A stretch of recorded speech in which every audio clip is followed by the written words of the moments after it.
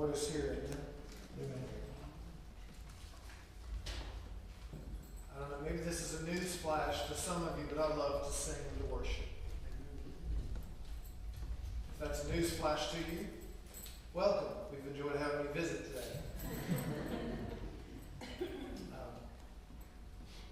I think each of us has something that we're passionate about. And it's really important to pursue that and to find that thing that you care for so deeply. And to be effective in those areas. So, while today we've talked a lot about teaching and Sunday school and church attendance, this follows right along with that. And I've got a few funny stories. I've got a few little, one-point lines that we can recite over and over again. I told a couple people this morning, I've probably got at least 2, if not 3 full sermons ready for this morning. And I still, Brother Phil, don't know which direction the Lord's going to lead. But I believe the most important thing we can do is share from our heart. So that's what I'm going to attempt to do today. There was a 7th grade biology teacher who was teaching a class, and they were talking about blood flow through the body. And the teacher got up in front of the class and threw himself up against the wall upside down and stood on his head. And after just a few minutes, the blood started to rush to his head and his face started to turn red. He hopped back down and said, "Now, why did my face turn red?"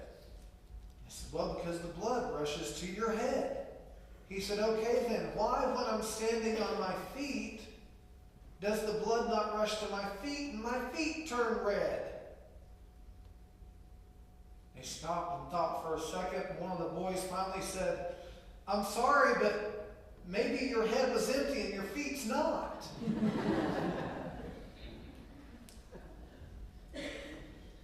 Maybe.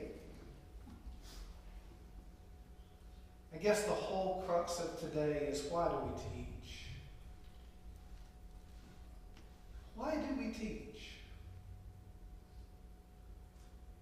How many here in this place, we've asked this question already, but we're going to do it again. How many in this place attended faithfully Sunday school, or even when you had the opportunity, when you were younger, or even as a young adult, how many went to Sunday school on a regular basis? I want you to keep your hands up and look around, please. Now, I'm not going to ask you how many of those still do that. I'll not do that, because that would be mean. Why? Do you feel like it was effective in your life as a young person growing up in the Lord? Do you feel like that you would be here today, where you are in your walk with the Lord, had it not been for a teacher who loved you and who poured into your life at a young age, maybe even as an adult? I have people come up to me often and tell me how much they loved their Sunday school class. And if that's how church is going to be today, I can't wait. Because they get a good start. They get things going in Sunday school. So at what point do we think we have it figured out that we don't need that anymore? This is going to step on some toes.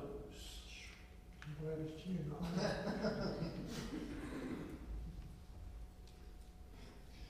Adam, come here, buddy.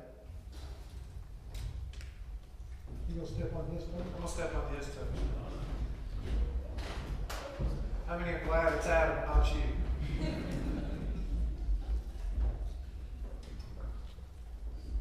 Adam is our youth pastor who serves faithfully to teach our youth. Adam every week prepares twice a week, Sunday school and Wednesday night, to teach and to share the word with these young men and women. So Adam, I'm going to ask you a question. Are you ready?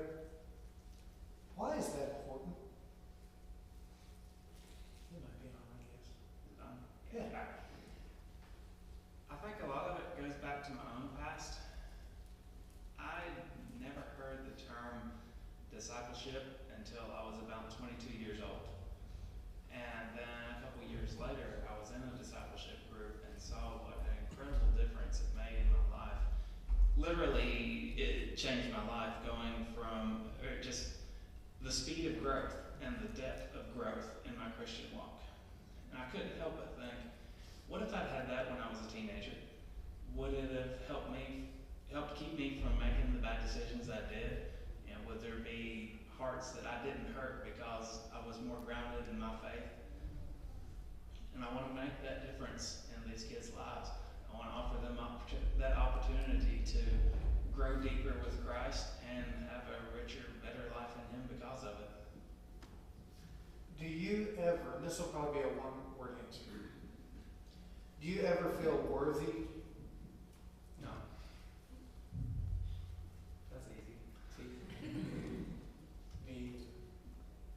Thanks, Ed. How many young people in here right now can raise your hand and say, I have been affected because of Adam's ministry with the youth? All the youth that are in here, I guess. Jenny, let me ask you. Jenny teaches our little ones. Matter of fact, when I went downstairs to see her for a second, she was already, I interrupted, is what I did. I interrupted. We all remember, how many of you, and you don't have to raise your hand or say out loud, but how many of you can remember who your teacher was in Sunday school when you were little? Most of us probably could. I'll give a name. So important in that beginning stages. But then sometimes we see kids as they grow up, and they kind of leave, and they don't come to church anymore, and they walk away from following the Lord, and we can so many times say, why am I doing this? So Jenny, why do we teach our little kids? I appreciated the heads up you gave me this morning, because I thought of 3 reasons. First of all, as Pastor was saying earlier, God tells us to teach our children. Proverbs 22:6, train a child in the way he should go. The second reason is I have some education background, and we know that educators and psychologists tell us that children are formed most of what they're going to be when they're young. And the third reason is just look around at the world that our children are facing. They need God in their lives. You do. Thank you, Jenny. Jenny does a wonderful job with these kids. Jenny does a wonderful job with these kids. And I mentioned earlier, we can see kids kind of grow up and get to a place where they leave. But they always have the foundation of the truth of God in their hearts and their lives.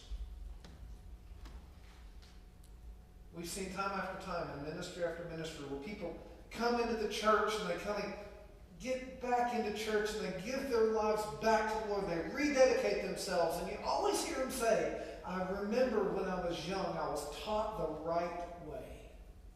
And I walked away from it. But they were taught. It's so important that they're taught. So now that we've talked about the little kids and we've talked about the youth, I guess that means that as a young child we're taught, and as a youth we're taught again. So we've got all the knowledge we need after high school to face this world, right? That we understand biblically everything there is to know about God, and we've got it figured out as an adult, right? Huh. Can I step on some toes again? I just heard somebody say, bummer. Bummer. Then why do we not come to Sunday school? We hear some people say, boy, I sure wish you had more time to teach the Word. And sometimes we want to say, well, you got there 15 minutes late for church and you didn't come to Sunday school and you missed Wednesday. But, sorry about that. I mean, let's be real. Let's be real. Are we really at a place where we think we don't need it? I desperately need God to speak into my life. Never one time have I stood up here and felt like I knew best. I feel so unworthy to ever come and teach and to speak and to share. But God deals with our hearts, each individually on our own level. And so I would like to challenge you this morning. Find a place. So Phil, come here and tell us this morning, why is it important to continue